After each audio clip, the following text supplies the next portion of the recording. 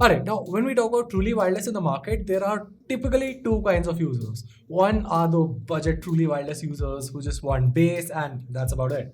Then there are people who want to spend a fortune because they value audio quality over everything else. And in that segment, you have the likes of the Sony XM4s or the AirPods Pro or the Beats Studio. But then there's a new market that has been developing recently, the one that's priced from 8,000 to rupees 10,000, which basically tries to factor in, well, a lot of comfort, a lot of ease of use without compromising on the sound quality. And I don't mean just bass, I mean the overall sound quality. And in that context, we have the all new Sennheiser CX Truly Wireless. But the question is, for under rupees 8,000, are these the best truly wireless that you can buy, especially for sound quality? Let's find out. This is One from GTR, and you're watching my in-depth review of the Sennheiser CX Truly Wireless. Let's get started.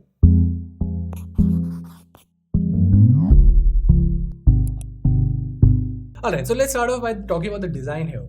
Now, the shape of the case here is something that personally I'm not a fan of. Now, as my colleague would describe it, it looks like a mini icebox. It sticks out a lot while inside your pocket, and if you're someone who wears skinny jeans, well, the case would create an awkward bulge in your pocket. And it's the kind of bulge that does not really look good. Now, another thing that's worth highlighting about the case is that it's quite prone to scratching. In fact, on our unit already you can see a lot of scratches. It does not really hamper the case in any way, but of course, it does not look that appealing. With that being said, I do like the matte finish of it. I anyway prefer the matte finish over the glossy ones. So yeah, that is one thing that I like about the case itself. Now moving inside, let's talk about the earbuds themselves. The shape here is good enough to easily fit into most ears.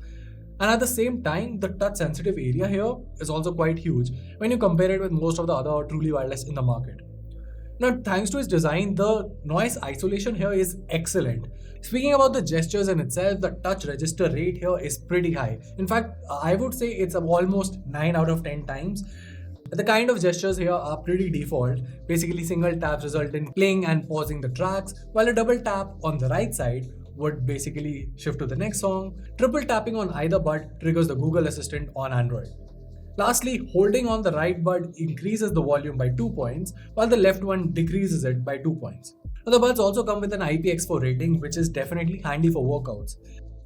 Alright, now before we talk about the sound quality, just a quick word about the app experience. Sure, Sennheiser does offer an app for customizing the profiles and also offers you custom presets to change the audio profile of it. But honestly, it does not make a massive difference, and most folks can really get by without actually even installing the app. They can just use the buds as their own without ever having to install the app. Alright, so now let's talk about the audio quality. Now, personally, I would say that the sound here is extremely dynamic, which basically means that it's able to bring out the best in every song. Now, overall, the sound profile is a little bit warm, where the bass dominates for the most part, while the treble and the mids are also quite prevalent. What's good here is that the details in all the frequencies are quite clear. And personally, since I use Apple Music for my reviewing needs, I felt that 80% volume was more than enough for most folks with these pair of truly wireless. Now moving on to specific sound tests, Thriller by Michael Jackson is one of my go-to songs for testing audio products. With the Sennheiser CX Truly Wireless, the audio experience is tight with punchy bass, and the vocals are also clearly separable from the mix. Moving on to bass-heavy tracks like Excuses by AP Dillon offer a more warm experience, and the track definitely sounds great.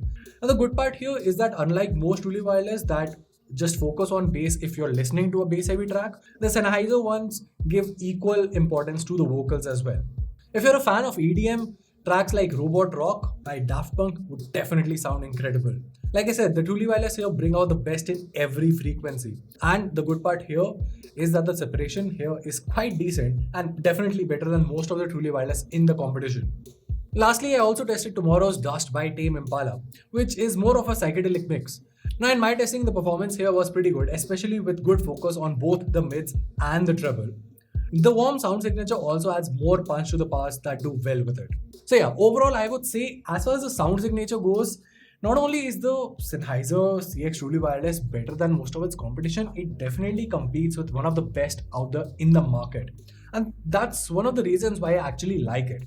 See, the case is not the best, but the sound signature really makes me want to use them for a longer period of time because it really brings out the best of each and every track rather than just focusing on one specific frequency. Now, while the buds themselves are good, the mic on them is, well, not so good. I mean, in a noisy environment, the noise cancellation does not work very well.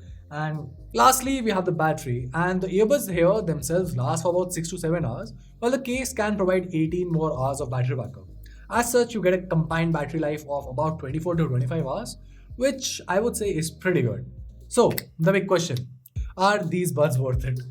Well, I would say for a price tag of rupees 8,000, definitely.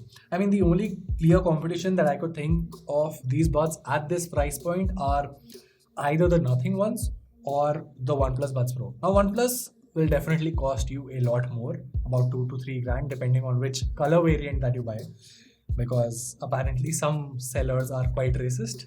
They differentiate in the prices for the black and white ones. But anyway, the other competitor, like I said, which is quite closer to the price point, is the Nothing one. Now, if you compare it with the Nothing Buds has two advantages. One, it does come with ANC, which isn't the best out there, but at least it's there. Secondly, it does support wireless charging. Now, considering that the ANC is not that powerful, I would consider it a novelty feature on the Nothing Buds. And when you put that in comparison to what the Sennheiser offers, I think I'll take the sound signature of the Sennheiser ones over the Nothing Buds.